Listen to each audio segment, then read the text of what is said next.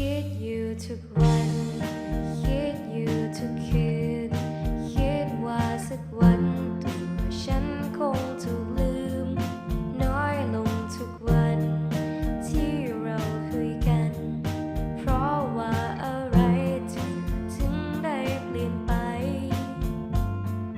คิดแต่ไม่ถึงคิดแต่ไม่ถึงเธอคิดแต่ไม่ถึงคิดแต่ไม่ถึงเธอรู้บ้างไหมว่ามีใครทนทุกข์ทรมานอยากรู้เพียงว่าความคิดถึงของเธอกับฉันมันเท่ากันหรือเปล่าถามจริงๆว่าใจเธอเปลี่ยนไปหรือเปล่าฉันไม่คิดไปเองใช่ไหมความคิดถึงที่ฉันได้เคยส่งไปไม่เคยถึงเธอเลยยังนึกถึงวันนั้นวันที่เราทะเลาะกันไม่เคยลืมได้ยิ้มเธอสักครั้งจำได้ไหมวันที่เราทะเลาะกันที่ให้อภัยฉันอยู่ทุกครั้งทุกความทรงจำมันทำให้ฉันคิดแต่ไม่ถึงคิดแต่ไม่ถึงเธอคิดแต่ไม่ถึงคิดแต่ไม่ถึงเธอรู้บ้างไหมว่ามีใครทนทุกข์ทรมานอยากรู้เพียงว่าความคิดถึงของเธอกับฉันมันเท่ากันหรือเปล่าถามจริงๆว่าใจเธอเปลี่ยนไปหรือเปล่าฉันไม่คิดไปเองใช่ไหมความคิดถึงที่ฉันได้เคยส่งไปได้เพียงในความทรงจำที่มีเราเรื่อยมา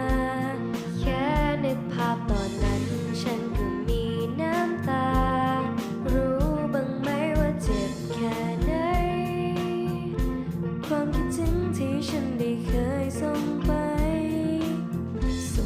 ไม่เคยถึงเธอเลยคิดแต่ไม่ถึงเธอคิดแต่ไม่ถึงคิดแต่ไม่ถึงเธอคิดแต่ไม่ถึงคิดแต่ไม่ถึงเธอคิดแต่ไม่ถึงว่าความคิดถึงของเธอกับฉันมันเท่ากันหรือเปล่าถามจริงๆว่าใจเธอเปลี่ยนไปหรือเปล่าฉันไม่คิดไปเองใช่ไหมความคิดถึงที่ฉันได้เคยส่งไปได้เพียงในความทรงจำที่มีเราเรื่อยมาแค่นึกภาพตอนนั้นฉันก็มีน้ำตารู้บ้างไหมว่าเจ็บแค่ไหน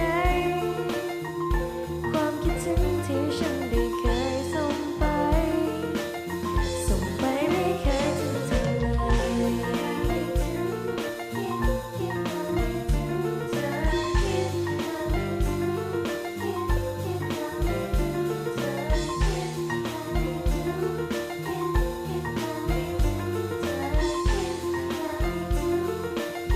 ส่งไปไม่เคยถึงเธอเลย